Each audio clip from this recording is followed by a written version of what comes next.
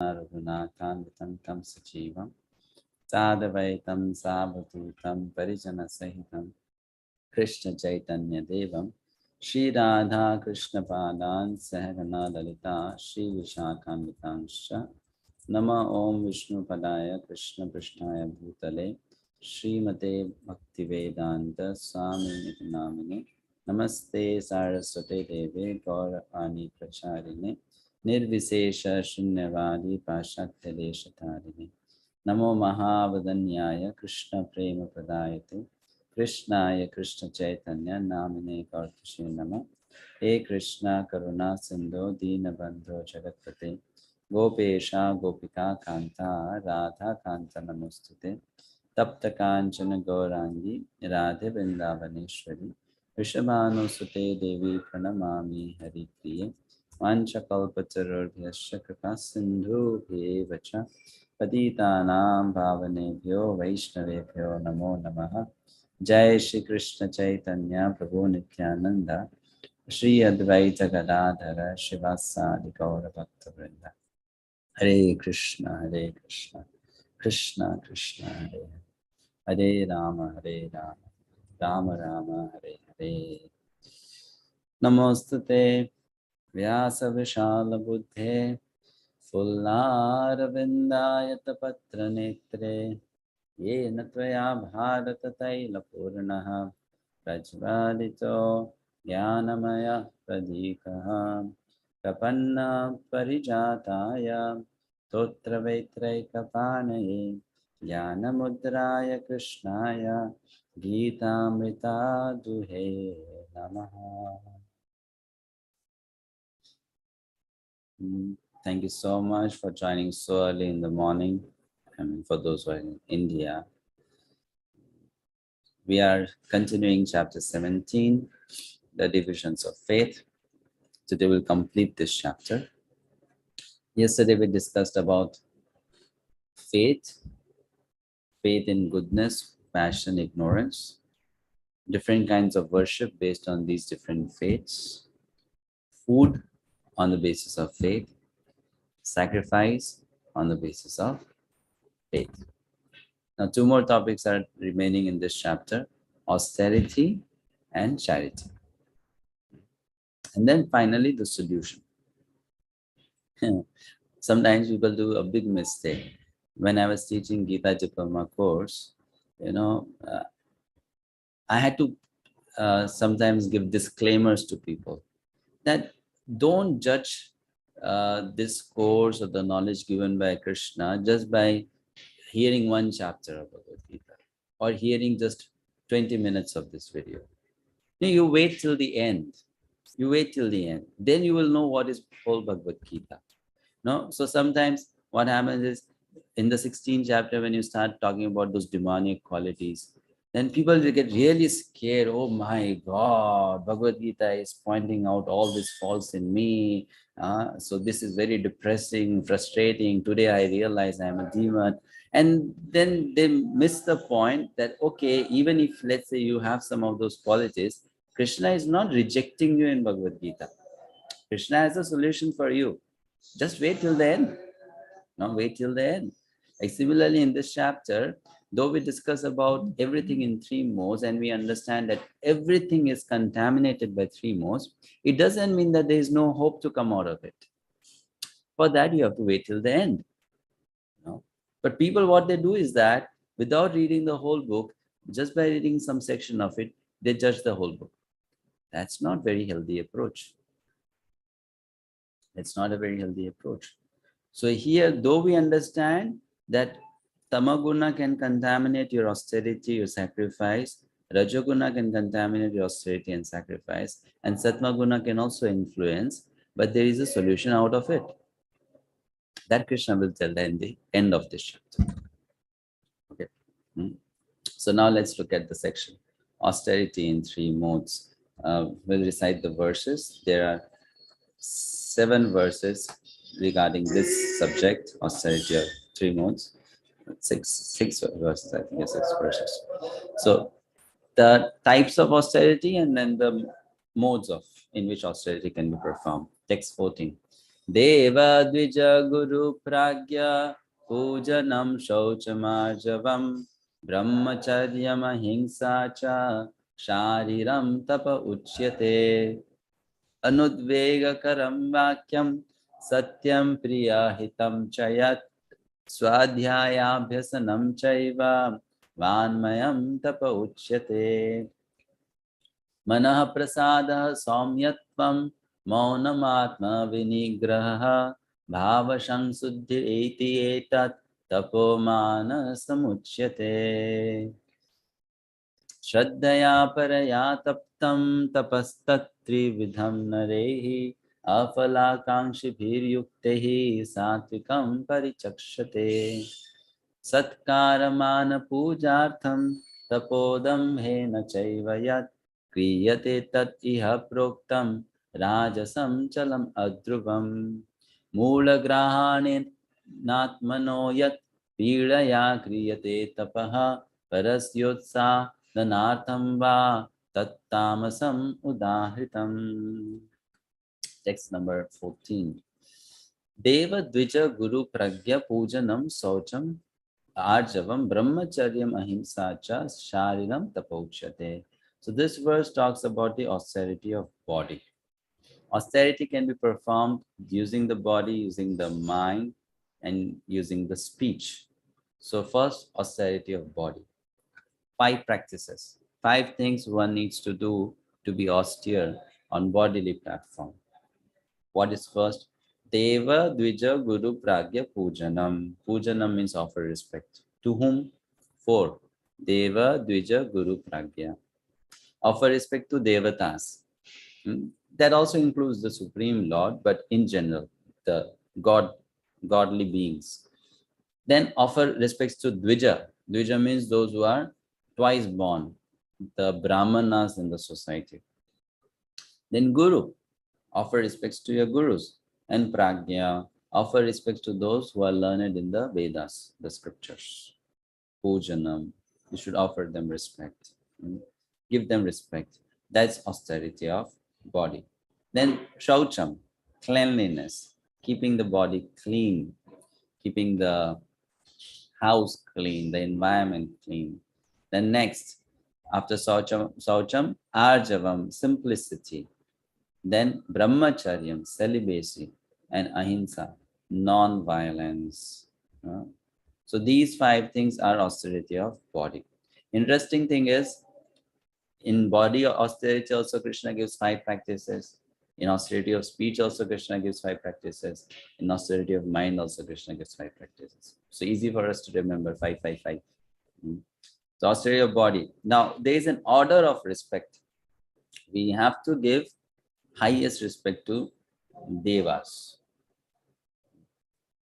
which means the demigods, and above the demigods, the Supreme Lord. No one can be respected more than the Supreme Lord. The Supreme Lord deserves maximum respect. After that, the Dvijas. Dvijas means the best of Brahmanas. Best of Brahmanas. Not that someone is born as a Brahmin just by birth. No, the best of Brahmanas, who has all the qualities of Brahmanas. Brahman Janatiti Brahmanaha. Offer respect. Then to Guru. Guru includes whom? First amongst the Guru is your mother. She should be offered respect. In fact, the mother should be offered more respect than the father. So mother first, next father. And after that, your teachers. School teacher, primary teacher, university teacher, any teacher who taught material subject. That should be given respect. And finally, Vipraha. Vipraha means those who are learned in the scriptures. Those who know the scriptures. They should be given respect. So this is the order in which we offer respect. Now, why offering respect is an austerity? Because to offer respectful pranams is an austerity, for it requires causing inconvenience to one's body, and more than that, to one's ego. So it becomes an austerity. It's an inconvenience to our ego. That's why it's tapasya. Okay, so offering respects, that's an austerity. using the body. How should we offer respect? Very simple principle. If someone has done this to you, you do this to that person. If someone has bowed down on the floor in front of you, bow down.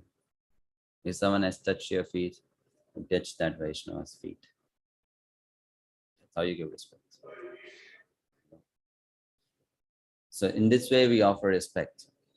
It should be reciprocated in that manner. And those who are superiors to us, of course, they will not touch our feet. But, I'm talking about in general dealings also. And those who are superior to us, we should offer them respect. Next, how is non-violence and austerity?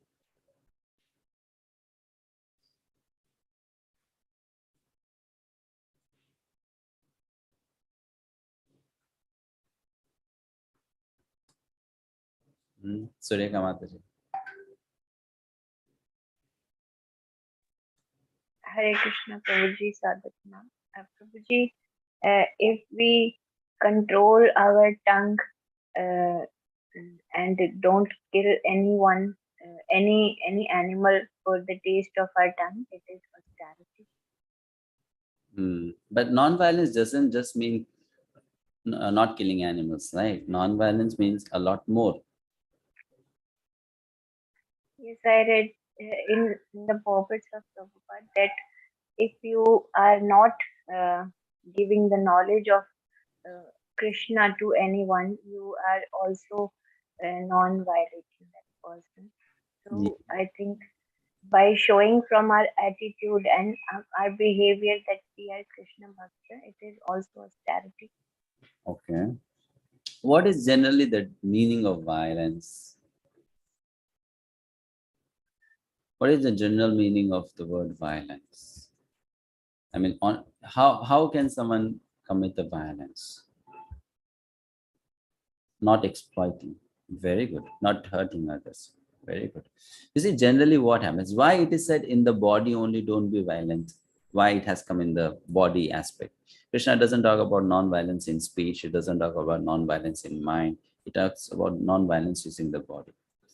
It's very simple. You see, as soon as someone is stronger in physical power, there is a general tendency that if someone is weaker in physical power, you try to dominate that person using your power. You'll see that. It's natural. It's very, very natural.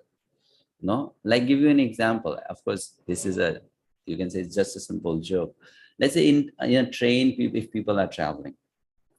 So a person who has a big body, I've seen many times that person almost crushes the person who has a thin body, like, because we have a big body, so we need so much space, and that thin, those people who are thin, they're just, you get away, So there is a tendency, because I have a bigger size of body, I have a lot of physical strength, I will try to use that strength to somehow or other exploit the other person.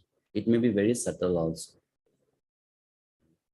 Like people who are strong, they easily, lose their hands or legs on someone else because we have that physical strength. We can slap you. I can slap you. I can punch you. I can do that. So non-violence using body means even if you have a very strong body or you have that strength, control, don't let that thing come out. Control, right? You have to control that. That's called austerity. Why is it austerity? You have the power and you cannot use it. That's why it's austerity. You can, but you will not. It's austerity. So being non-violent means being very careful that if I'm in a position that I have a power and I can impose upon others, I should not. That is austerity. I should not. Right? Okay? That's why there is a book by His Holiness Bhaktivinoda Maharaj on leadership. And he says, a leader has to be very humble, because if a leader is not humble, his power will only lead to greater exploitation. Because the leader has power. and that power can exploit. So that leader has to be very humble, because that power can be very exploitative in nature. So similarly, austerity of body means we don't use our body in that manner. Someone please read the purport here.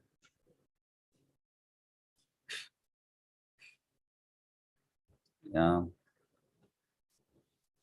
Okay, Kavya Mataji. Hare Krishna Prabhu. Purport. The Supreme Godhead here explains the different kinds of austerity and penance. First, he explains the austerities and penances practiced by the body. One should offer or learn to offer respect to God or to the demigods, the perfect qualified brahmanas, and the spiritual master, and superiors like father, mother, or any person who is conversant with Vedic knowledge. These should be given proper respect. One should practice cleansing oneself externally and internally, and he should learn to become simple in behavior. He should not do anything which is not sanctioned by the scriptural injunctions. He should not indulge in sex outside of married life, for sex is sanctioned in the scripture only in marriage, not otherwise. This is called celibacy. These are penances and austerities as far as the body is concerned. Hare Krishna. So these are austerities for the body. Next. Anudvegakaram vakyam satyam priya hitam chayat swadhyayabhyasanam chaiva vanmayam tapa uchyate. Again, 5 things in austerity of speech. I've colored them differently. Anudvegakaram satyam priya hitam swadhyayabhyasanam. 5 things to be used before we speak. I call them speech filters. Filter your speech through these filters.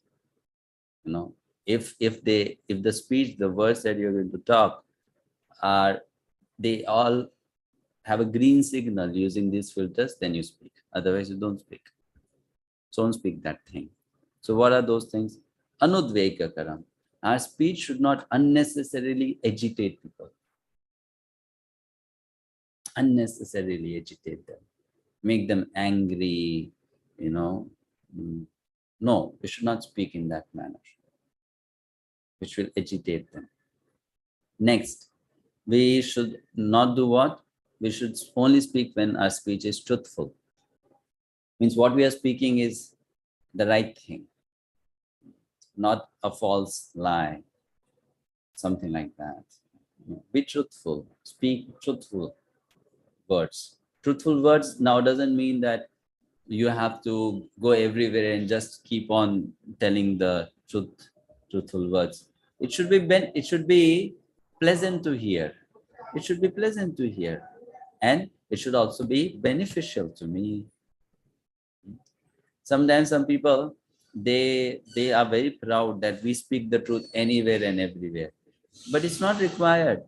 You speak the truth in front of the right person, you know, and it should also at the end benefit that person. But otherwise, there's no point in speaking the truth, right? It should benefit that person. It should benefit you. It should benefit someone else. So we should speak, but then considering, am I supposed to speak this now? Am I supposed to speak this here? Am I supposed to speak in this in front of this person? Right? Is it more than required what I spoke? Or it's sufficient? Like that, you know. Now, this requires what? This requires thinking before speaking. It requires that. Think before you speak. Otherwise, we will speak whatever will come from inside.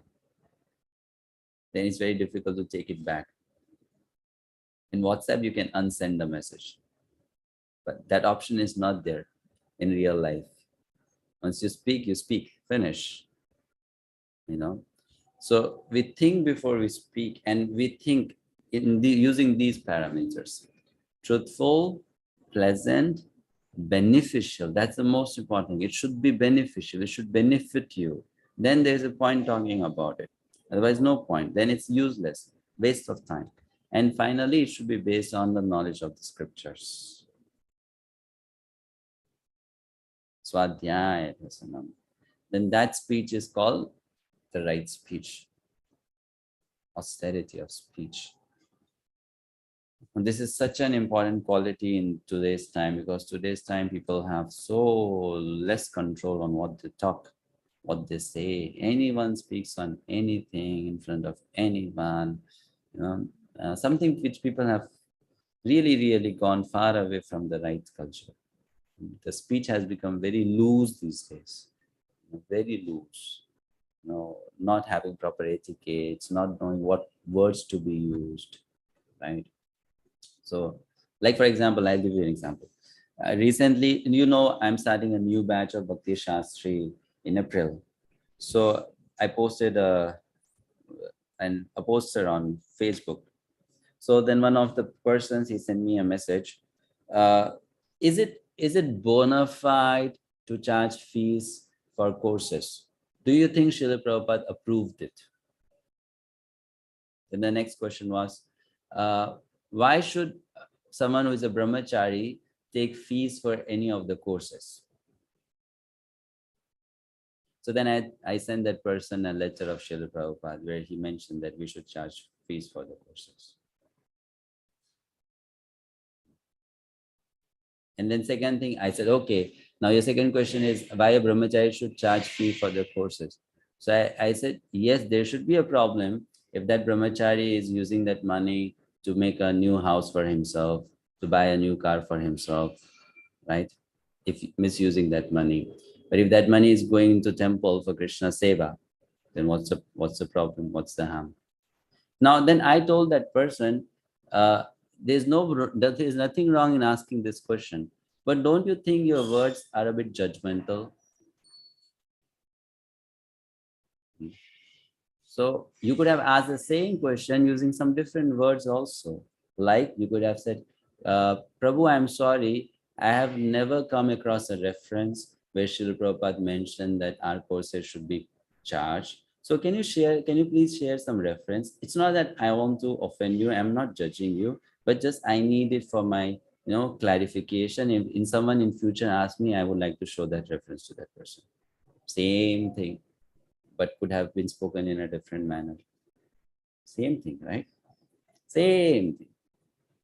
But then why? Because nowadays people are using such speech because they are very arrogant and proud. And second thing, they think they know everything. The other person is a fool. That person doesn't know anything. So we have to be a bit careful on this aspect. This one thing has spoiled so many relationships. So many relationships. This one thing. And it's just that people have to learn how to do this. But they don't know. So these are very simple practical guidelines by Krishna. We just have to start implementing them. It should not agitate that person. It should not. Like such foolish people exist on this planet. Someone is eating his or her meal, and that's the time they will come and tell that person a bad news. You are such a stupid person. Let that person finish that meal first, and then you go tell that person. Nowadays, people, they speak bad things more than good things. But I know, I've seen people, when they want to tell something wrong is happening, something bad is happening, they will take you in a private space and they will tell it. Not loudly in front of everyone, because they know we don't want to spoil the whole atmosphere. No, it is something we should be spoken in private. But now the culture has become different. You speak bad loudly and you speak good in private. It should be otherwise. You speak good loudly and you speak bad in private. It's a very, very different thing, right? So it should be beneficial. If it's not benefiting that person, you don't have to show that you are the most truthful person on the planet. It should benefit that person. Why should I tell this to you? It should benefit you. Otherwise, there's no point talking about it. No point.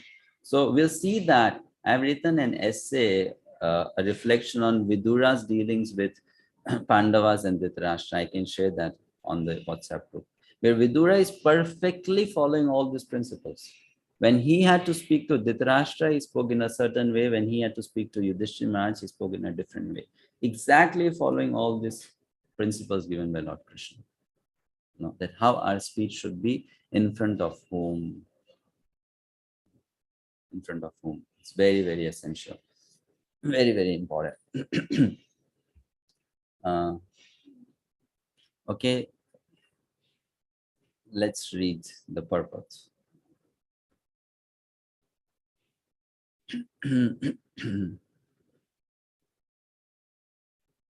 Paramita.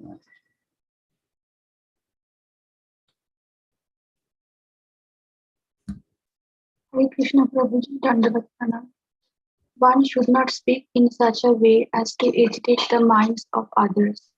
Of course, when a teacher speaks, he can speak the truth for the instruction of his students. But such a teacher should not speak to those who are not his students, if he will agitate their minds. This is penance that as far as talking is concerned. Besides that, one should not talk nonsense. The process of speaking in spiritual circles is to say something upheld by the scriptures. One should at once quote from scriptural authority to back up what he is saying. At the same time, such talk should be very pleasurable to the ear. By such discussions, one may derive the highest benefit and elevate human society. There is a limitless stock of Vedic literature, and one should study this. This is called penance of speech. So this is so essential. Like, I should know, is it my adhikar to speak like that? Like, to give you an example, sometimes two elders may talk to each other in a particular manner because the younger people are not taught the etiquette.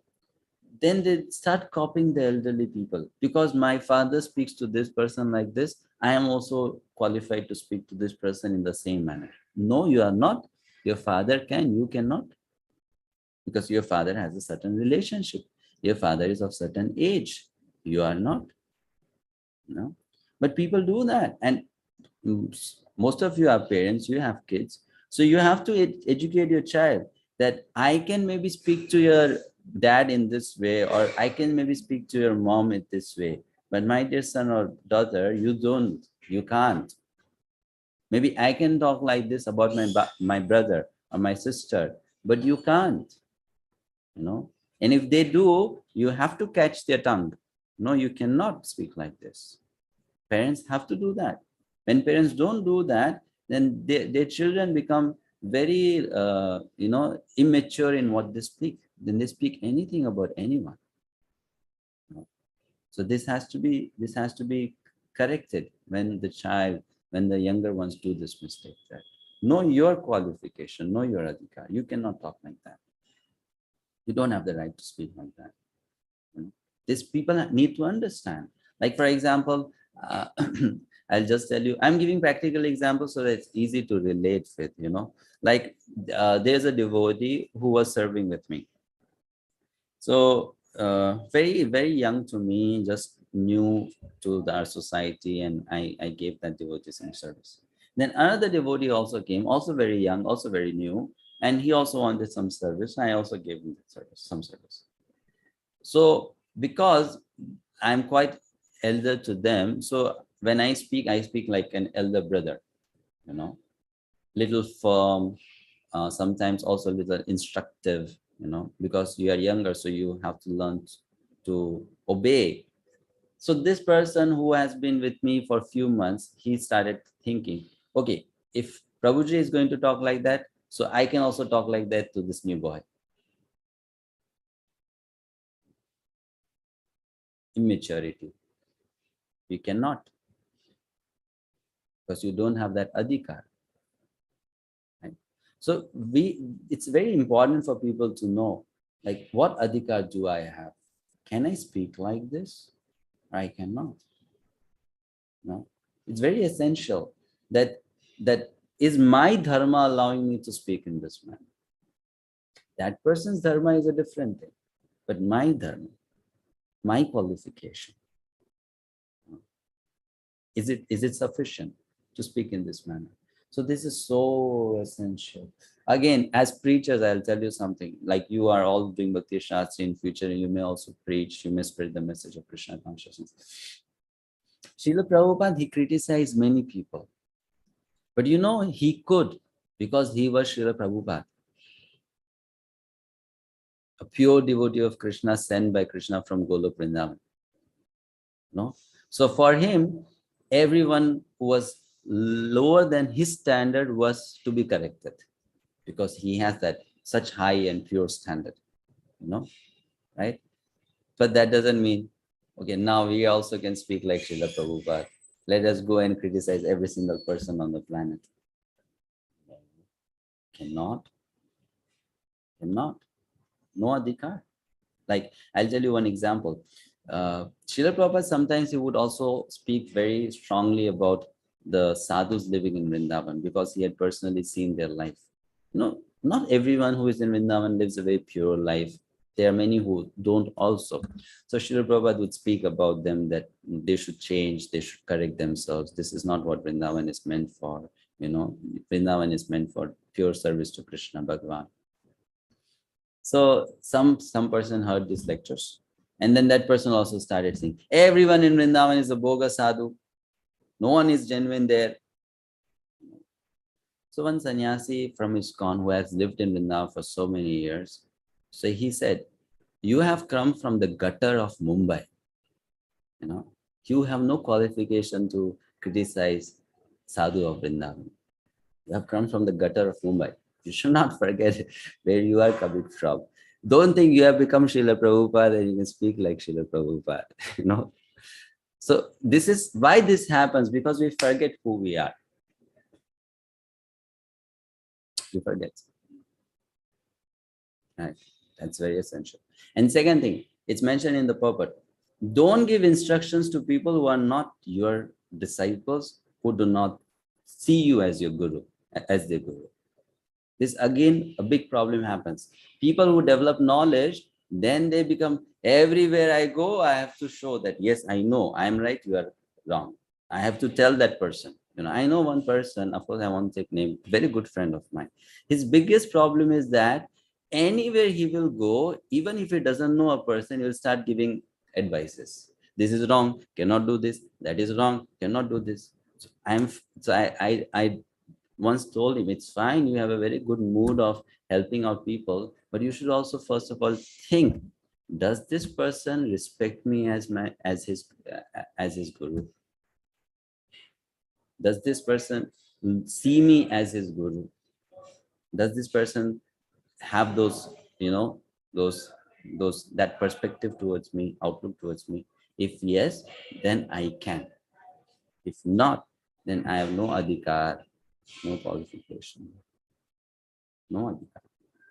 I cannot. Because if I will, what will happen? What will happen if I will?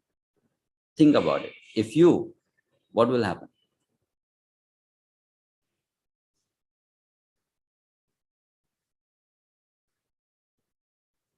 Any answers? What will happen?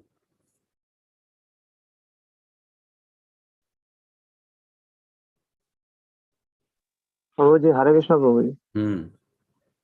Prabhuji, he will become angry. First thing, second thing. Somebody might. And he will start avoiding you. He will go far away from you, and he will tell others that he is like that. He is like that.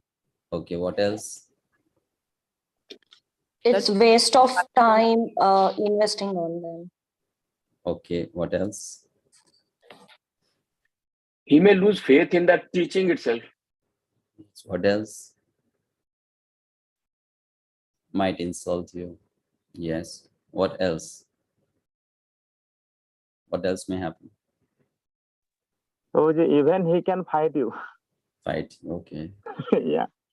Okay, yes, he can also become offensive, Yeah. right? And that's bad for him, and also it will give you unnecessary anxiety, right?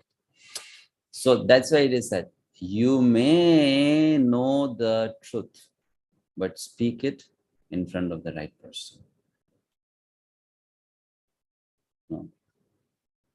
You don't have to start showing that I know so much. Some people have that attitude, once they have little knowledge, I have to show it everywhere. Everywhere I need to tell people I know better, I know more, this much bank of knowledge I have. No, actually, I've seen this thing and I would love to also have this quality. Those who know, really, really know, those people are most silent people in this world.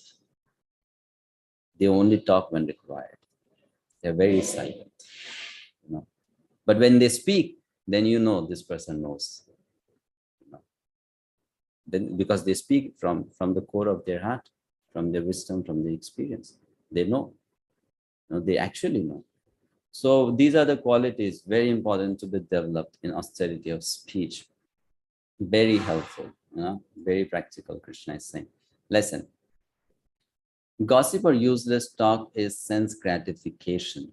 It pollutes the speech. Reciting the scriptures, on the other hand, purifies the speech. Our speech should be based on the knowledge taken from the scriptures. So personal application, this is something which all of you should try doing. Make it a practice to daily recite some Sanskrit verses, prayers or songs, etc. and read the Vedic scriptures, especially books written by Srila Prabhupada for a specific time period. That can be 10 minutes, 15 minutes, half an hour, but daily. It will purify our speech. So this is a nice phrase coined by a devotee, be a sage page by page. So we'll become a sage then one day if we do this page by page. So very essential. Recite some Sanskrit verses, memorize them if possible. Not then you just hear from the tape, and that will purify your speech. And I'll tell you something very honestly. You do this, then you bring this little change in you, and then you see Krishna will make your speech very, very powerful. Then what you speak, people will listen to it very seriously, because your speech will become heavy. Heaviness not because you have a heavy voice, heavy because you have purity of speech.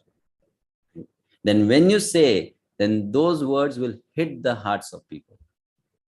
They'll be like thunderbolts on the hearts of people. Why? Because that speech is pure. You can have great influence upon people if you have that kind of speech. You'll have great influence. You speak one statement, people will remember it for life. Because the speech will be so strong. Srila Prabhupada never did any Bhagavad-gita or Katha for 2 hours at a stretch. His lectures were not more than 40 minutes. Never. 20 minutes, 30 minutes, 40 minutes. He never gave classes like 2 hour long, 4 hour long, 8 hours long. Nowadays, there are people who do such, and there's nothing wrong about it. It's good. It's very nice. But Srila Prabhupada, he did not speak for such long periods of time. But the influence he had on people, influence. Why? Because the speech was so pure. One word which he would speak would enter deep into the hearts of people. Okay, so that is something that can be cultivated, a skill. Very, very important. Okay, next, austerity of mind. Mana prasadaha samyatvam maunamatma vinigraha bhava sangshuddhir iti etat tapomana samuchyate. Again, 5 qualities here for austerity of mind. And satisfaction, simplicity, gravity, self-control, and purification of one's existence are the austerities of the mind. Actually, we don't have so much time. I was once thinking of doing a seminar on just this shlokas. One topic, one session. How each quality we can cultivate. With the lessons, stories, examples, because this is so practical and something so essential to be developed in life. 5 qualities for austerity of mind, starting with satisfaction, then gravity, simplicity, self-control, purification of one's existence. This will make our mind pure, mind pure. You know? Satisfaction is very essential. What is satisfaction? This is satisfaction. Keep on reminding yourself that what you have is enough and feel gratitude for it. That's called satisfaction. What you have is enough. Whether less or more, it's enough. That's satisfaction. That's austerity of mind. That keeps the mind very peaceful, calm. It's enough.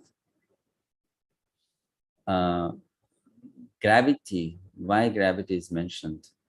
Okay, gravity means being grave, basically means being serious about everything you do. So that keeps the mind away from frivolous activities, frivolousness. Like nowadays, you see, I mean, of course, no, don't take it personally if someone is like that, or you are like that, or you've seen people like that. But nowadays, when I see grown-up people and the way they talk, to me, many of them just look like children only. Their way of talking, their speech, their jokes, and what they talk about, and the slangs they use. I don't see any maturity in them. They are just like people, the kids, they don't know exactly what should be our level of talk. Just those things which kids do.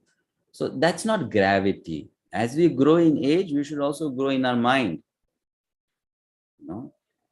But grown-up people playing, I don't know what not. So, and then they say we are grown-up. Grown-up in what? If you play all those things which a 4-year-old or 5-year-old or 6-year-old boy plays, how are you grown up? You are not grown up.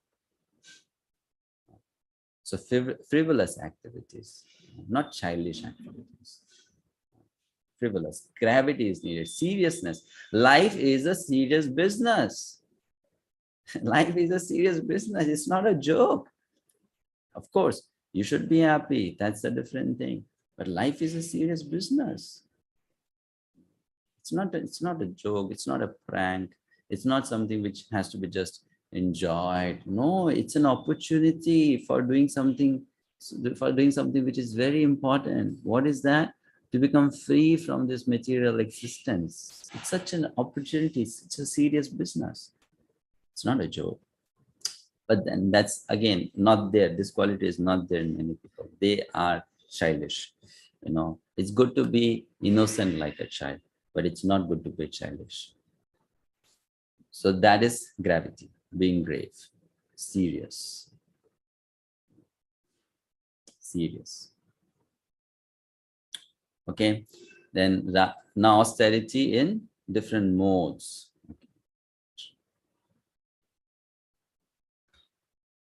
Text 17. This threefold austerity performed with transcendental faith by men, not expecting material benefits, but engaged only for the sake of the Supreme, is called austerity in goodness. So I hope by now you understand. Goodness means there are certain qualities which should be there. Anything, you do, there has to be certain qualities. What they are, you have to do it with transcendental faith. It should be based on the scriptures. And you should not want anything in return. I mean, material, anything in return, right? And it should be done in a dutiful manner. You do anything with this attitude, then that activity is in goodness. That activity is in goodness. Okay. So maybe later on you can think about it and write in your diary. Okay, I'm doing this Bhakti Shastri course now. How can I do it in goodness? How I can do it in passion? And how can I do it in ignorance? Because anything can be done in goodness, passion, and ignorance. Okay, my exams are coming. I have to write down an essay. Am I doing it in goodness? Am I doing it in passion? Am I doing it in ignorance? Apply this knowledge practically in your life. See, check, evaluate. This will make you think, and your knowledge will expand, it will grow. Right? So, small things. In which mode am I functioning? How do I do it? Text 18. Satkaramana pujartham tapodambhena chaiva yat kriyate tat iha proktam rajasam chalam adruvam. Penance performed out of pride and for the sake of gaining respect, honor, and worship is said to be in the mode of passion. It is neither stable nor permanent. Why it is not stable and permanent? Mode of passion doesn't allow anything to be stable. It will not allow. You want to test it on yourself. Let's say you're getting success in something. You become a little passionate by that, you'll start reducing your efforts. And then that success will also start going down. Because passion will not help you maintain it. Only goodness maintains. So people who are passionate in nature, they go high up at a very fast speed, but then they come down also very fast. But people who are in goodness, they may go up slowly, but wherever they go, they maintain. It's goodness. They maintain it. Because goodness helps you maintain it.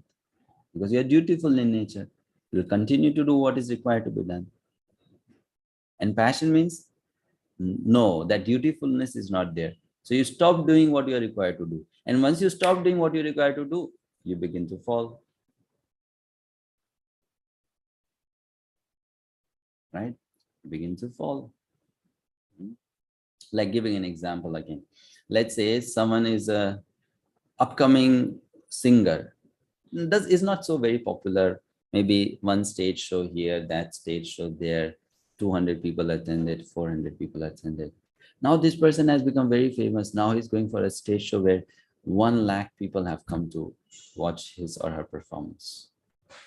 And if that person doesn't maintain goodness, then that passion will make that person do crazy things on the stage.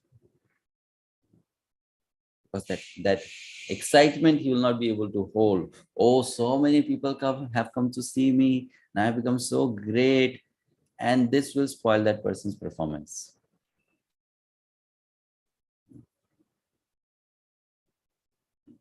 So goodness is essential for maintaining things. Passion helps you to create things, achieve things. Goodness is required to maintain it. It's things done out of passion are done out of pride for the sake of gaining respect, honor, worship. Not stable, not permanent. Next verse. Mula grahena. Okay, here Prabhupada also gives explanation. We'll look at that. It's nice.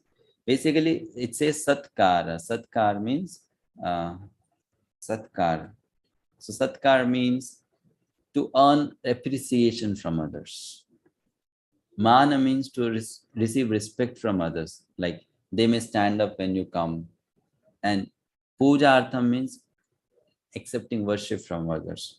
Means allowing them to touch your feet, allowing them to wash your feet, allowing them to give you some gifts. That's called worship.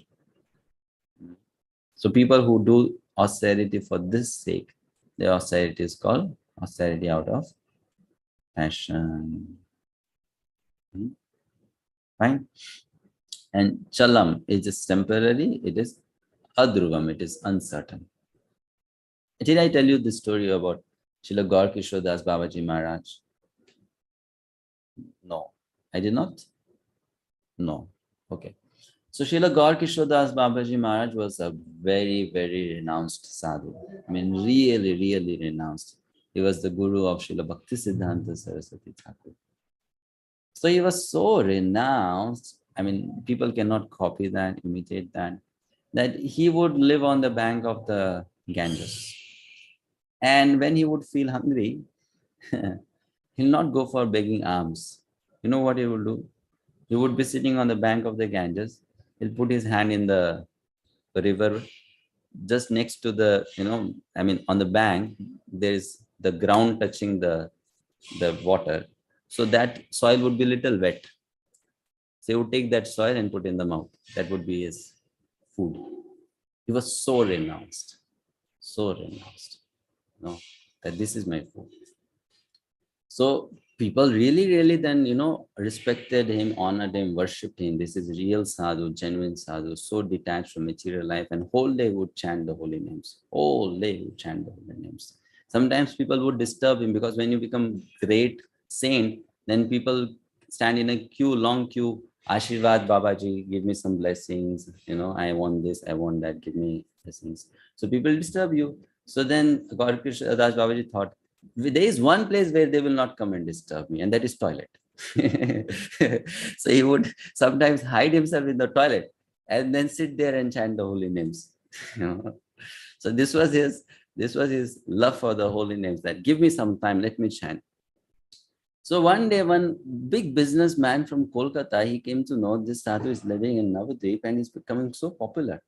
Why is he so popular? I also want to become popular. So he left everything and he came to Navadvip. So people became so interested to know about this new gentleman who has been a rich businessman, and he has left everything and has come to Navadvip. So everyone started speaking. A new sadhu has come, and he gave up everything. And this new sadhu also is sitting in one room and whole day chanting Hare Krishna, Hare Krishna. So they came and told Gaur Kishore Das Babaji Maharaj, Babaji, what do you think about it? So Babaji Maharaj asked, what is he chanting? So they said, Hare Krishna, Hare Krishna. So Babaji Maharaj, can you tell again, what is he chanting? So he said, Hare Krishna, Hare Krishna, Krishna Krishna. So Babaji Maharaj, Gaur Kishore Das Babaji Maharaj said, okay, maybe you are hearing Hare Krishna, Hare Krishna. To me, what I am hearing, he's chanting paisa, paisa, rupiya, rupiya, paisa, paisa, rupiya, rupiya. He's chanting that. He's not chanting Hare Krishna. He's chanting that. So this is what people do sometimes. Practice spirituality, religion, just to show, attract some money, men, popularity. So that is passionate austerity. It's not for showing. Spiritual life is not for showing. Actually, it's your private affair, personal affair with God. It's not for showing that I'm such a nice devotee, I'm such a great devotee. No, it's not for showing. That's not what spiritual life is for. So pride, austerity in mode of passion. And now next, tamaguna. Mula grahenatmano yat pidaya kriyate tapaha parasyot sadhanartham va tattamasam udahitam. Penance performed out of foolishness. I mean, you work very hard, austere, but then what you're doing is foolishness. With self-torture or to destroy or injure others is said to be in the mode of ignorance. Right? Like, have I given this example to you?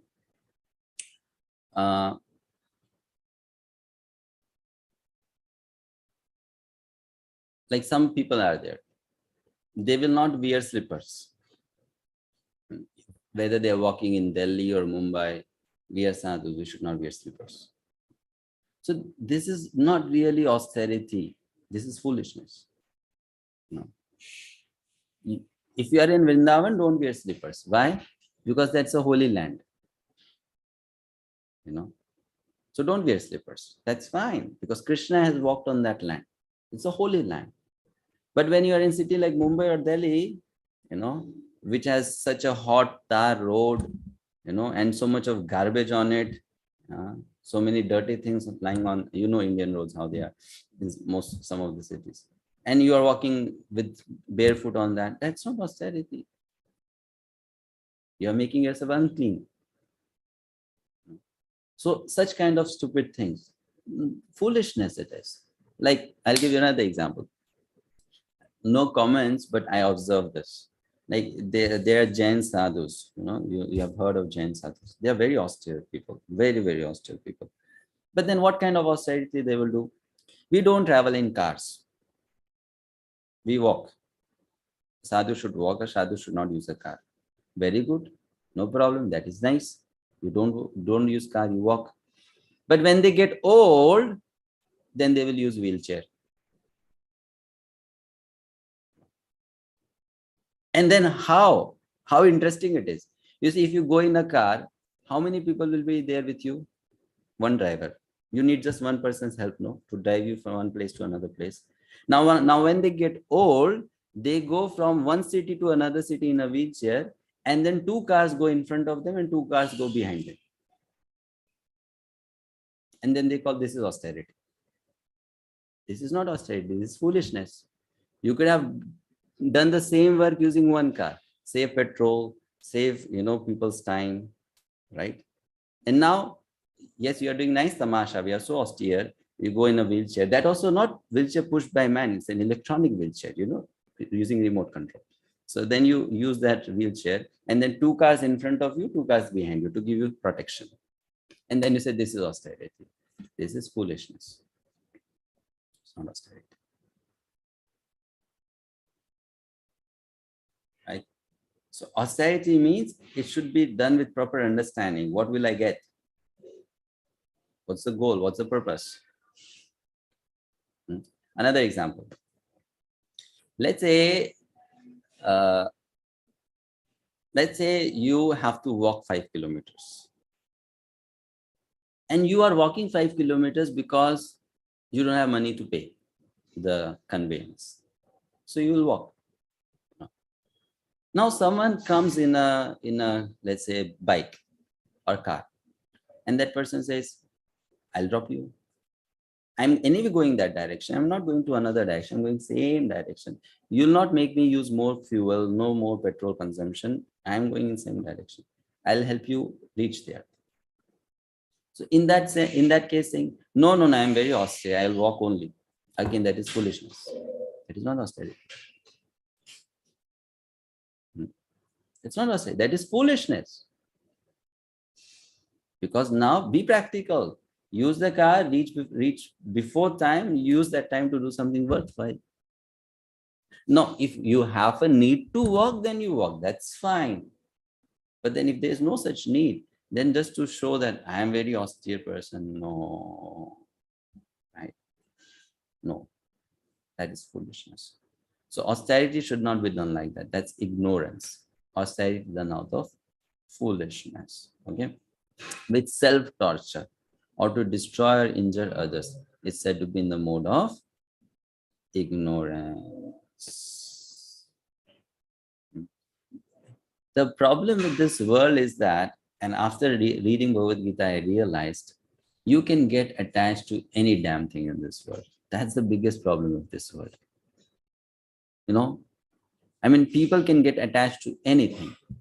If they do something, some austerity, they may also just get materially attached to that idea of austerity without really knowing the purpose of it. Transcendental means, if by being austere, it helps me to serve Krishna, I'm for it. If by using the things, it helps me to serve Krishna, I'm in it for it. That's transcendental. Otherwise, it's all my personal attachment.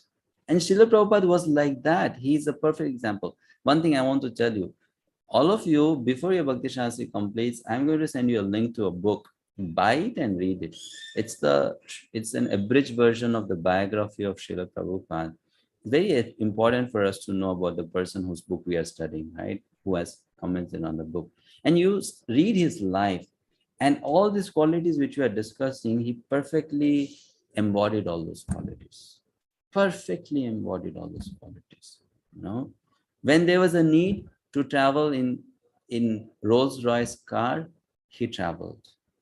And when there was a need to travel in a hand-pulled rickshaw in cities of India, in small places in India, he even traveled by that. When it was required to walk for kilometers, he even did that. So what Gita is teaching us, the qualities, the examples, you read the life of Srila Prabhupada and you'll see, oh, yes, this is here, this is here, this is here, this is here, this is here, this is here, this is here. And please read about Prabhupada's life, because he's not an ordinary person. You will be amazed. I'll write an article today. Yesterday, I got a call, day before, of a student from IIM, Kozhikode. He got my information from social media.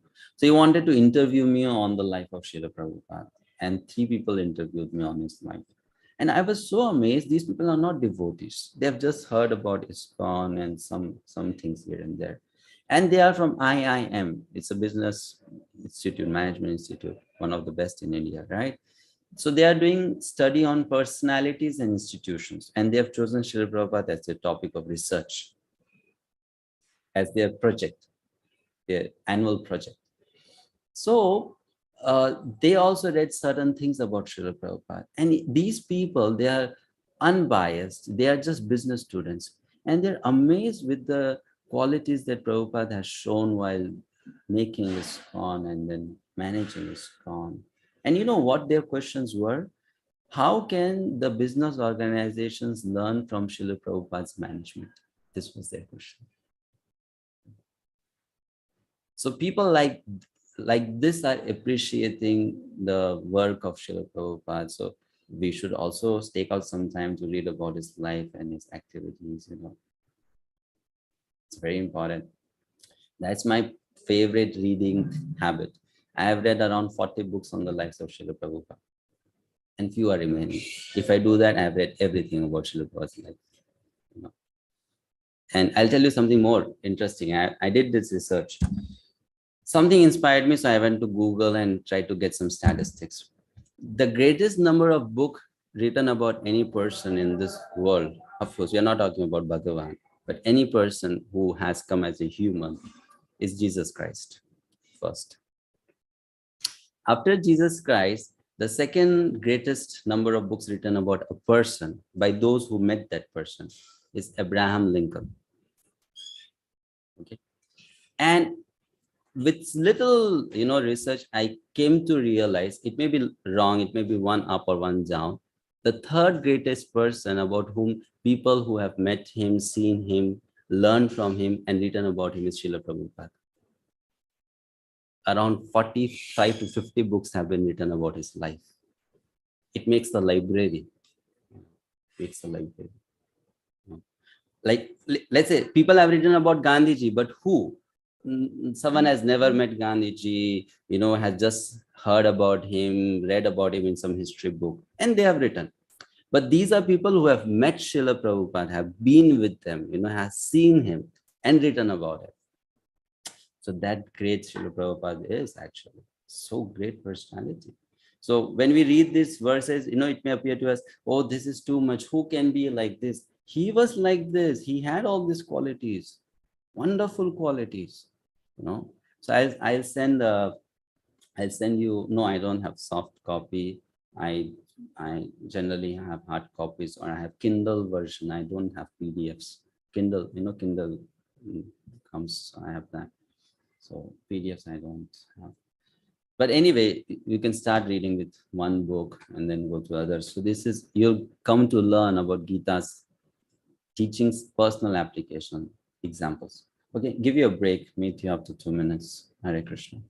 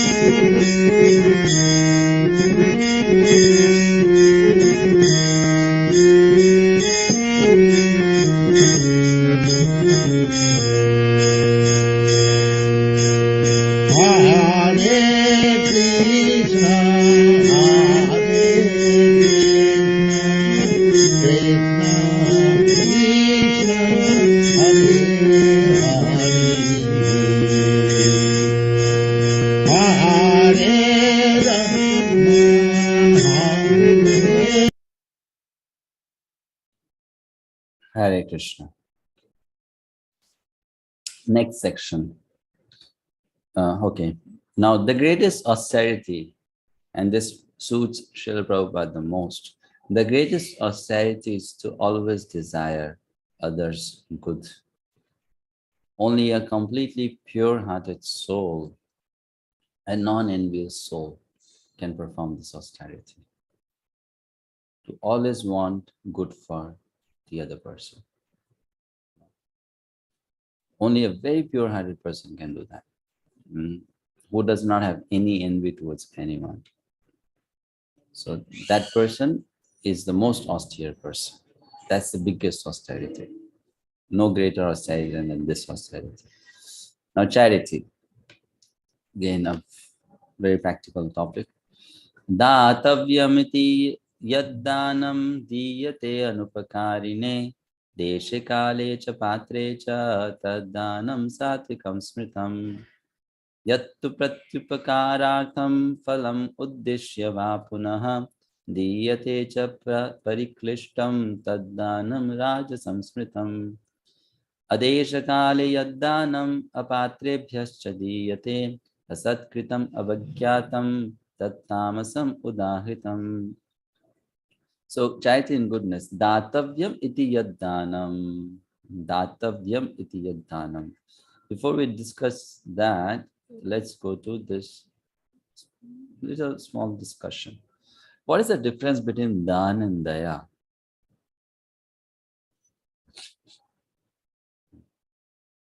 What is the difference between dan and daya?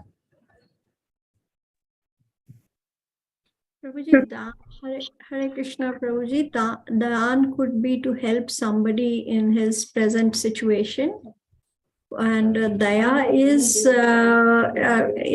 is simply maybe doing nothing, but showing compassion and not able to do anything about it. Okay. Okay. Anyone else? Daan is actually charity when you give Daan, and Daya is out of mercy, or then you give to some poor person or something like that. Prabhuji. That's what. So the Hare Krishna difference, Prabhu. yes. Prabhuji, Dana means giving charity only for Krishna service. Only for Krishna service. But Daya means giving anything to any poor people, like eating foodstuffs, or anything, clothes, money. But before giving this one also, we have to be very careful. Okay, fine. All right. So the main difference between Dan and Daya is this. Dan is a seva offered to someone superior to you. And Daya is a mercy or compassion shown to someone who is inferior to you. That's the difference.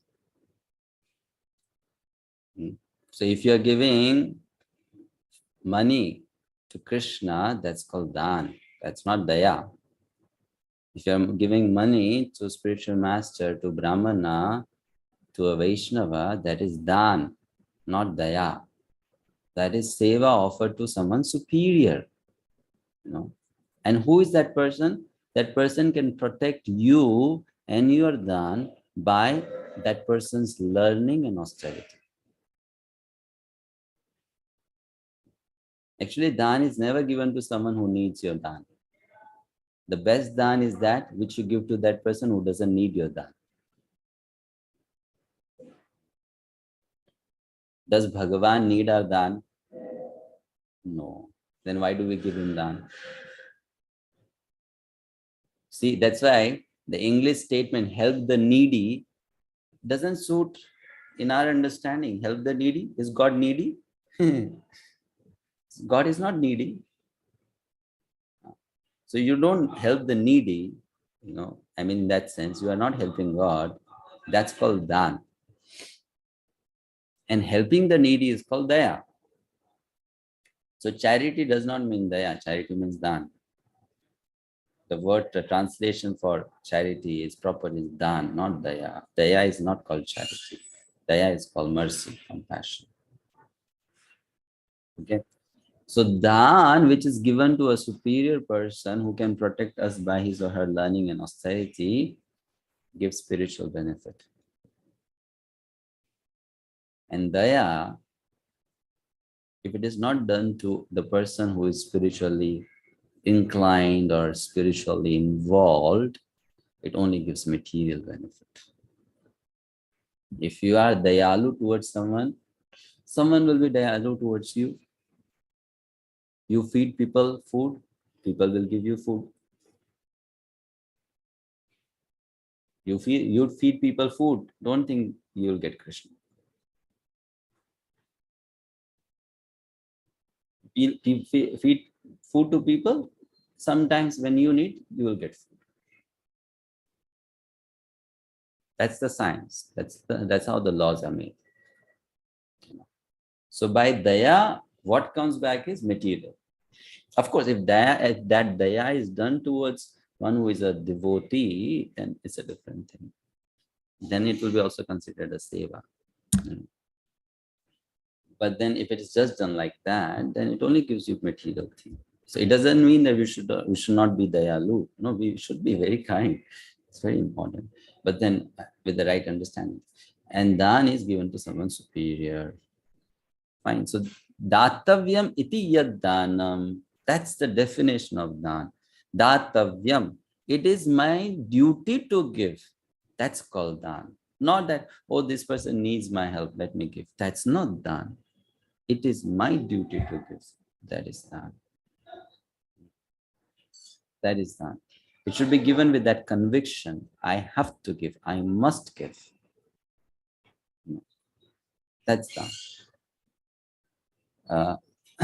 Sometimes people ask me, if you need any help, let me know. Why would I need your help?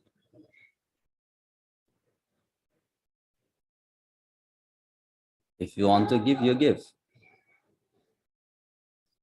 Right? Why would I need your help? So you give, because if, I'm not talking about not giving me, but I'm talking in general. You give because giving will help you. If you give to the right person, not the person whom you're giving will be helped. So that should be the attitude towards giving, So yes, so much of donations happen in this world. There are so many charitable institutes, but they don't understand the subtle difference between dan and daya. Dan is given to a superior. You give happily that I am giving this money. It's my benefit. Thank you so much for accepting it. That should be the attitude. The giver should be grateful that the receiver is receiving. That should be the attitude. That's called dan. As a matter of duty, I'm giving. Datavyam. Now, this question is a tricky question. If you offer charity only when told to give by the Guru, which kind of charity it is?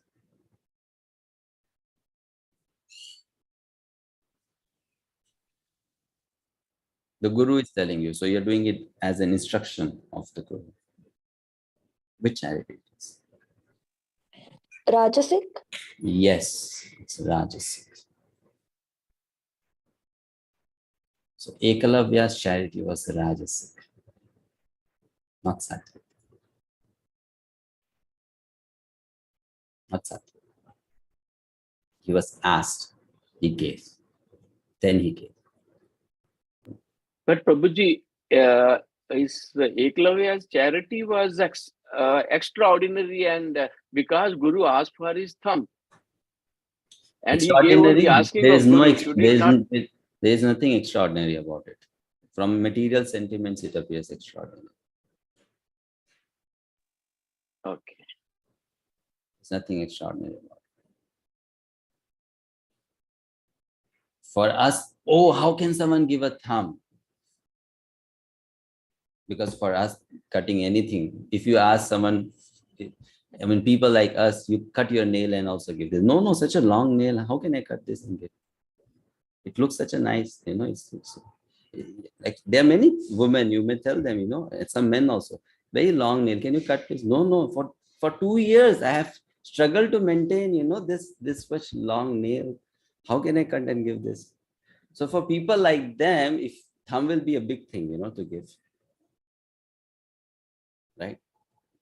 So when we are talking about people like Ekalavya Kshatriyas, thumb, they can cut head and give. There's nothing big about it for them.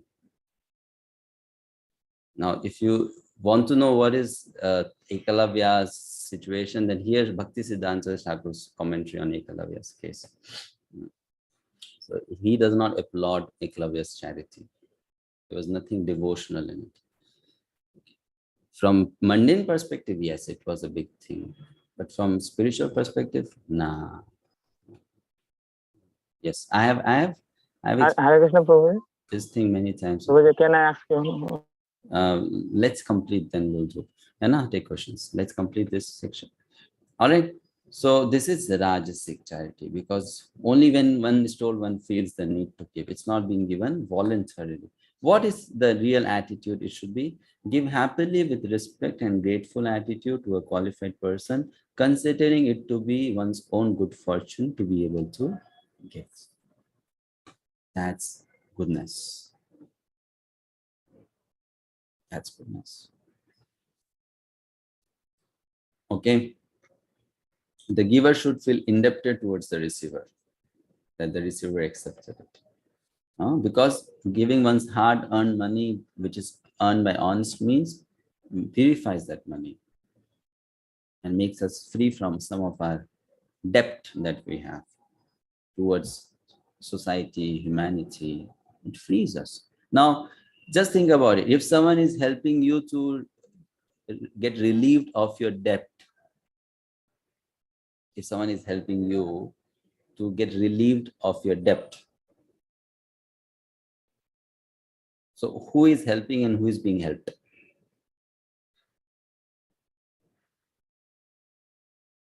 If I'm giving dan, and by giving dan, my debt is getting cleared. Who is helping and who is getting helped? Am I helping or am I getting helped? Donor is being helped. Donor is being helped, no. Right. But the attitude people think is nowadays, I am helping. I am helping. I am helping. It's a wrong attitude. You are getting helped. You're getting helped. It is saving you. It's protecting you. Okay, next verse. 21. Yattu pratyupakarartham phalam uddishya va punaha diyate cha pariklishtam taddanam raja samsmritam. But charity performed with the expectation of some return or with a desire for fruitive results or in a grudging mood is said to be in the charity in the mode of passion. Like if you have given money and after that you are thinking, I should not have given so much. I gave too much. Instead of giving 2,000, I should have given 500 only. If that thought is coming to you, then the charity you have done is in mode of passion. The second thought should not come. De diya to de diya. Given means given. Forget about it now. That's mode of goodness. No. Given means now I cannot take it back. It's given. It's gone. It's not my property anymore. Right? So that's mode of goodness. You have given it. You're given it. You are now disconnected from it. It's not yours. So forget about it.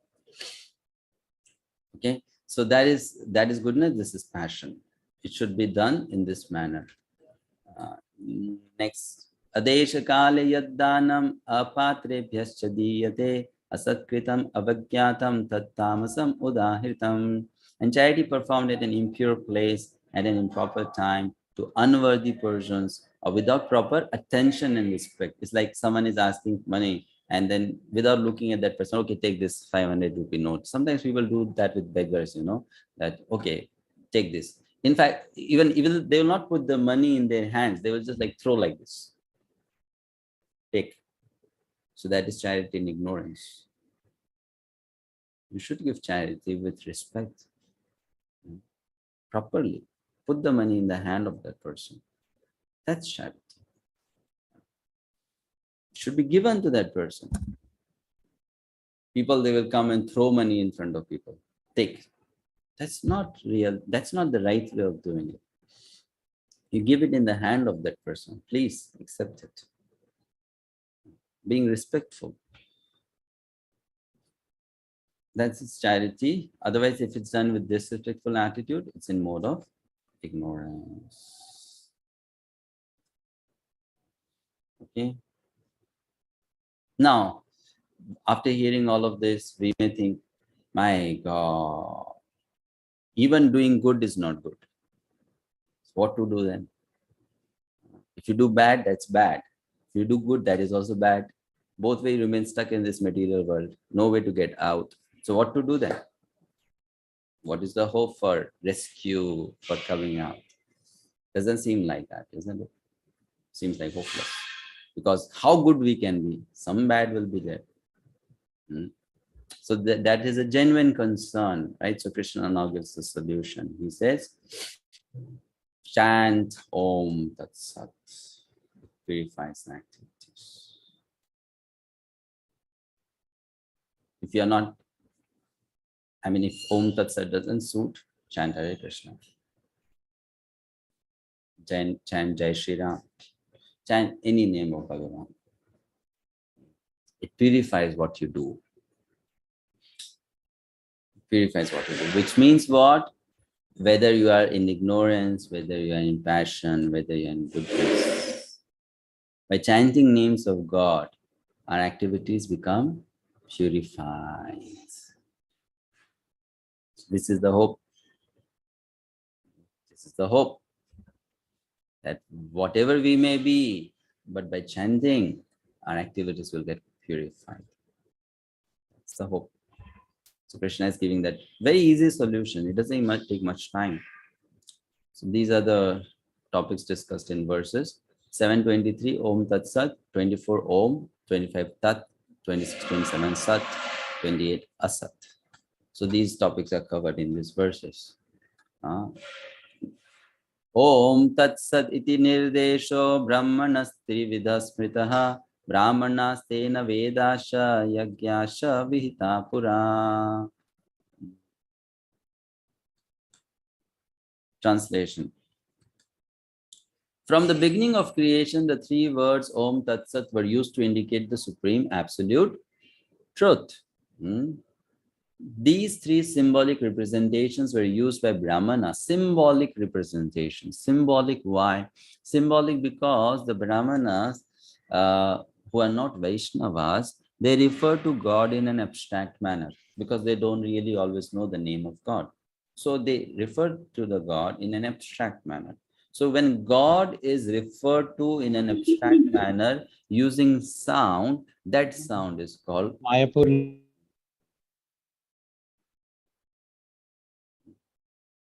Or Tat or Sat. But when God is being referred to in sound in a personal manner, then that sound can be Krishna, Rama, Balarama.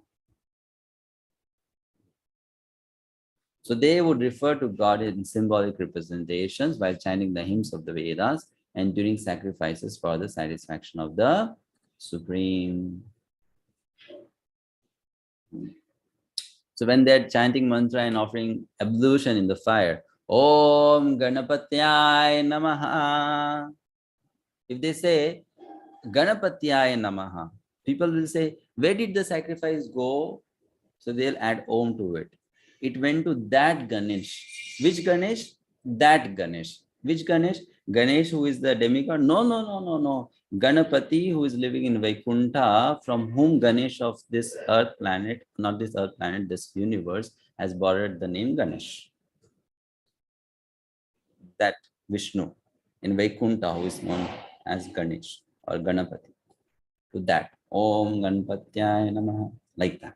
So this way, indirectly, they would refer to God using these words. Okay.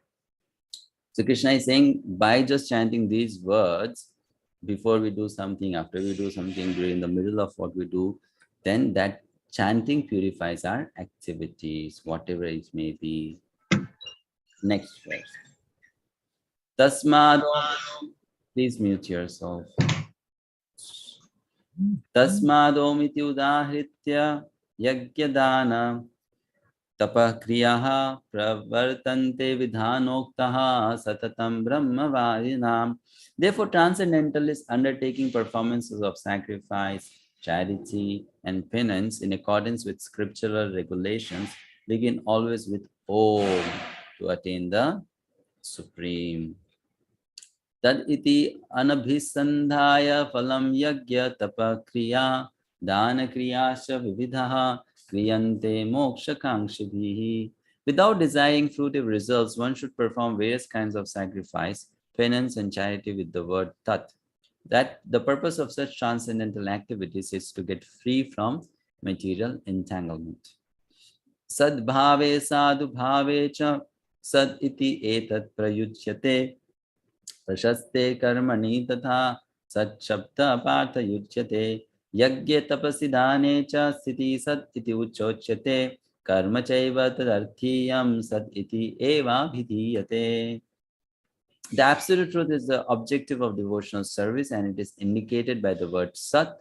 The performance of such sacrifice is also called sat, as are all works of sacrifice, penance, and charity, which true to the absolute nature are performed to please the Supreme Personal Son of Pritha. You can read the purport on your own if you have not read it already. So it's very nicely explained by Srila Prabhupada, what is what. So basically, Krishna has some expectations from us. That's what we can summarize from these purports. 3 points. First, Krishna expects. First, try doing everything in goodness, faithfully following the scriptures. Now, if we try, will we be able to do it always? No. So, but you first try doing everything in goodness, following the scriptures. Now, you may fail, you may not be able to do for whatever reason. So, regardless of the mode of nature affecting us, aim every activity at pleasing Krishna.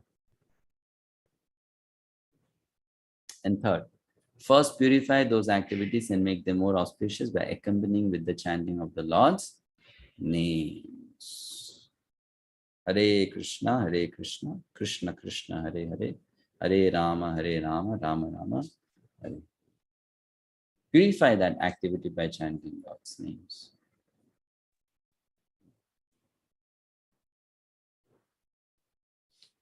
Purify that activity. So Krishna is giving such a beautiful solution here to the problem. Such a beautiful solution. And then finally, asat. What is asat? Ashraddhaya hutam dattam tapastaptam kritam chayat asat iti uchyate partha na cha tat pretya no iha. Anything done as sacrifice, charity, or penance without faith in the Supreme, O son of Pritha, is impermanent. It is called asat and is useless both in this life and the next life. It's useless. It's useless. Whatever is done without faith in the Supreme, it's useless. That's asat. No benefit. Okay. So faithlessness spoils the offering. It is like giving a gift to someone, but with a sad heart. So faithlessness does that. It spoils the gift because you're giving it with a sad heart. So one has to perform things in faith. That makes it sat, eternal. Stop here. Questions, comments? Dear Sanjay Prabhu, you wanted to ask something in the middle of Prabhuji, I just wanted to know the charity given to Bhamana by Bali Maharaj. It was Sattvic, na Prabhuji? That was transcendental, not sattvic. Transcendental. Thank you. And two more questions, Prabhuji, I wanted to ask yesterday, but it was not possible. So today, can I ask? Prabhu, please. Actually, Prabhuji, suppose one devotee is there who is means following the four regulative principles very nicely, doing Mangalarti at time, doing Ekadasi, all the things means. But if he does not believe, suppose he has come to know that only chanting of Hare Krishna means is the main thing, nothing else. If he says that no need to read, if you have come to know that chanting of Hare Krishna is the main, then you no need to read Bhagavad-gita, this and that, like that. If he gives such type of comments, then what should I say to him? Why should you tell anything to him? If he's chanting, let him chant. That's not wrong. Yeah, but suppose Prabhu, when we preach someone in front of him, then he uses to tell him like that. Oh, like that. Then you should go and tell him in one's private space, try to explain to him. Prabhuji, you are very advanced soul, so you can hold like that. But not everyone is advanced like you. So let them slowly grow in their Krishna consciousness. Yeah, Prabhuji. No? So you tell, if the books have not to be read, why did Srila Prabhupada write them? Yeah. So they need it. So maybe they are not so convinced now. So let them read the books, study the books. And once they will become convinced like you, purely like you, then they will also chant the holy name. Yeah, Prabhu. And even he came to this Krishna consciousness by reading Bhagavad-gita. True. First time Bhagavad-gita came to him. Yes. So you give example like this. Okay. All right. Another question, Prabhu. You have to unmute yourself. Next question. So another question, Prabhu. Forgotten. Okay, Prabhu, let me remember. Forgot? Okay. Ask. Suppose some devotees are there, like they are illiterate, they don't know how to read. But like about this one devotee I'm asking, suppose he's doing all things very nicely. And some devotees, when we tell them no, now there is a rule in ISKCON that if you want to take the initiation, then you have to do the course of disciple course means. Then that kind of boy, that kind of devotee means he is just to say why I need to do this and that. So you So tell that at that person, time, no, what should I say? if that person is illiterate, still that person can do the course. What's the harm? Illiterate, does an illiterate person not have ears? Yeah, I have. So then you hear. That person doesn't have a mouth. Yeah. So that person can give answers by speaking the answers if doesn't know how to write. Yeah. What's Okay, that? Prabhu, that's why I send you one message. You please arrange such a course and help those devotees. I request you. Hare Krishna, Prabhu. Thank you. Yes, Hanit Mataji. Hare Krishna, Prabhuji, Dandavat Pranam. Prabhuji, I have two questions. One is that why did the Brahmanas chant Om Tat Sat? Why the impersonal name and why not the personal name? Because not all Brahmanas know about Krishna's personal identity. There can be Karma Kandi Brahmanas also, no? Brahmana, the word Brahmana means varieties of approaches towards spiritual life, absolute truth. They can be Brahmavadis Brahmanas also, interested in impersonal aspects of Krishna. So the knowledge of the personal aspect of Krishna, the knowledge of personal aspect of Krishna is not always that prominent. I mean, it's not that everyone knew about it or everyone. So here Krishna is only addressing the impersonal Krishna aspect. is not addressing. Krishna is giving a solution which will be acceptable to both impersonalists and personalists. Now, if Krishna says chant Krishna's name, then the impersonalists will say this doesn't work for us. So Krishna is giving a solution which works for both. Right? So when he says Om Tat Sat, impersonalists will say, okay, that's very nice. We'll chant Om Tat Sat, no problem. Okay. And the second question was that when we spoke about satisfaction, is it okay to always hanker for more, when it comes to seva, or is that also rajasic? It depends now. It's not that easy to say. Because, you see, hankering for more seva doesn't mean that we have to do that seva in passion. If that's the thing, then that is passionate, rajasic. No. So, what is your state of mind when you do that seva? And at the end, we should know the goal of life is not to do just more and more seva. The goal of life is to love Krishna. It should not happen that while doing seva, we forget to do that. Right? But serving the devotees of Krishna is also loving Krishna. No, not necessarily. It doesn't mean so. We can do those things in external manner. So many things we can do, but it's not really like that. I mean, if someone thinks I have, let's say, just giving an example, if someone thinks I have distributed 10,000 Bhagavad-gitas, so this is loving Krishna, and there's someone just sitting in one jhopadi and chanting pure name of Krishna, that is loving Krishna, and these two are same. It's not same.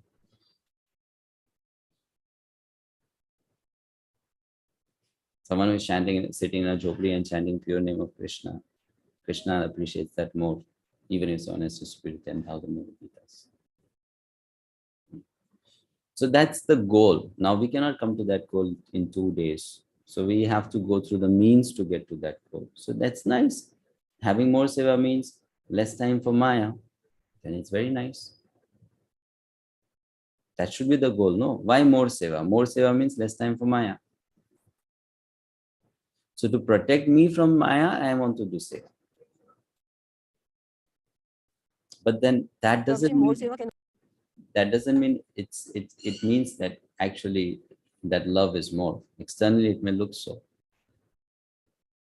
It's not necessary. Count will always not tell the quantity of love.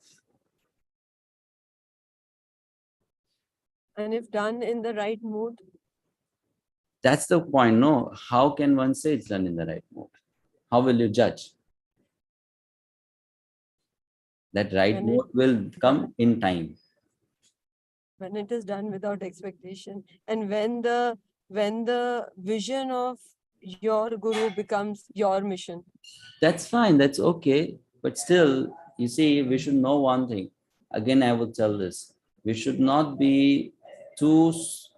expect that purity to come too soon to us. It doesn't come like that. We should let time to bring it to us. So there's no need to convince oneself that, that I have to do the most right thing. Because when we are not the most right in our consciousness, we cannot do the most right thing. Right? The beauty of Krishna consciousness is that even if you don't do the most right thing, Krishna is so kind and merciful. He'll accept the bad also and give you some credit. Right? So we don't have to do the most right thing to become dear to Krishna. We just have to do sincerely everything we do, and gradually we'll come to that consciousness. Right? That consciousness doesn't come in few days. It doesn't come in few months. It also doesn't come in few years. That consciousness takes time to come. It doesn't come just like that.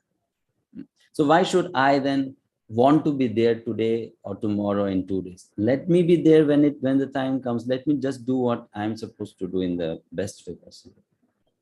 Right?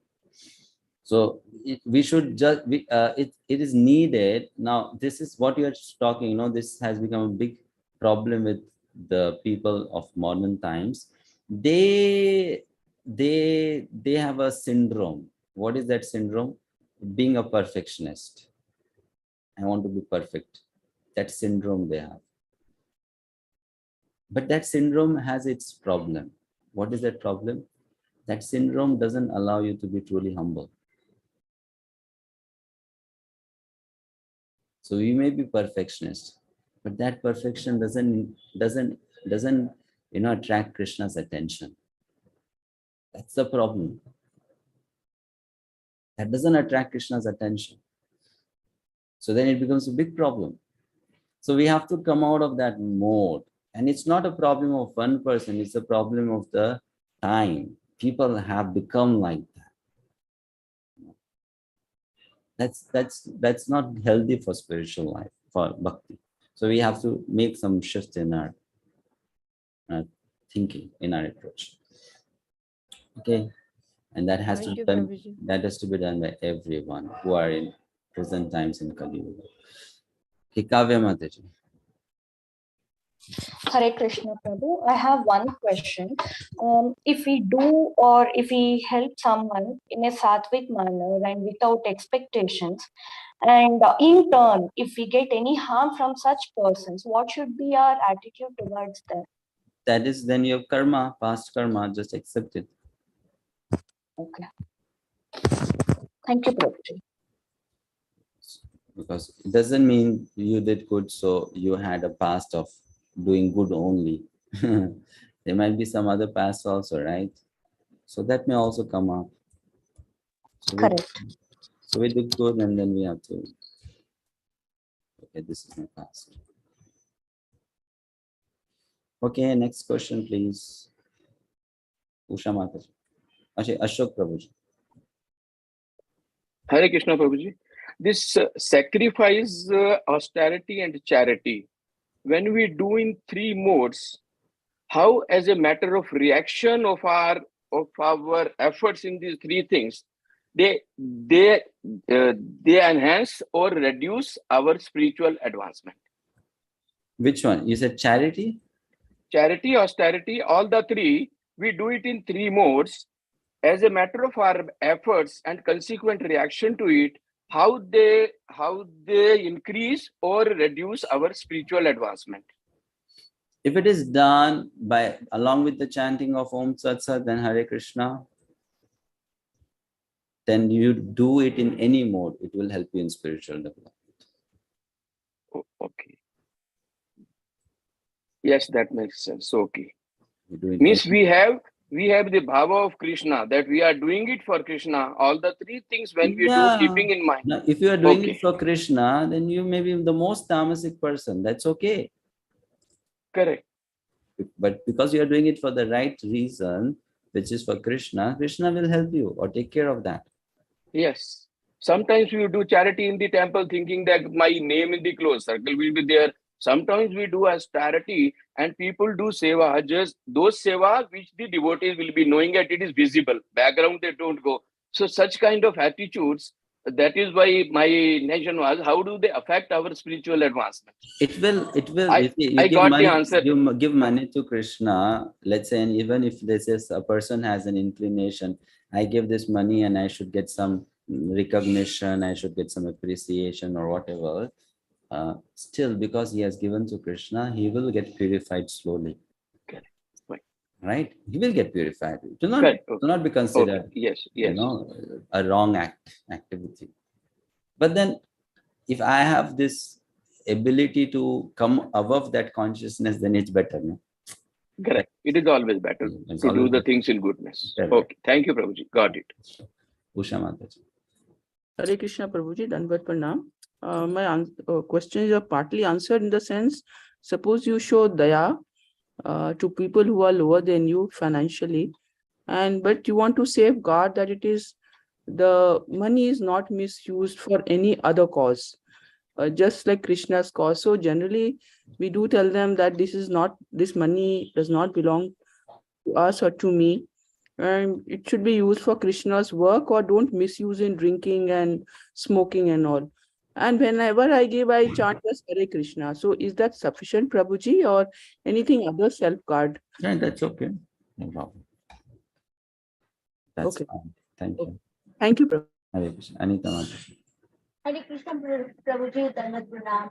So Prabhuji, my question that one of the homework assignment we had it like how different religious practices analyzed according to the modes of the nature. So are you looking here like how the Christian practice, how the other religions or like, Islamic and other people? So what is the fact of the modes of nature? I'm not very sure what I'm We looking did at. discuss something related to this, I think yesterday or something like that before, about different, I think yesterday, in the different religions and what modes that we should. So if you have not heard that recording, please hear it. Thank you, Prabhuji. Thank you. Hare Krishna. Someone put a question in the chat box. A friend of mine is initiated in the Ramakrishna mission but has not been told to chant a particular number of rounds. If she chants 16 rounds of given mantra by RK mission, will it be equal to 16 rounds of our Hare Krishna Maha mantra? Kindly advise.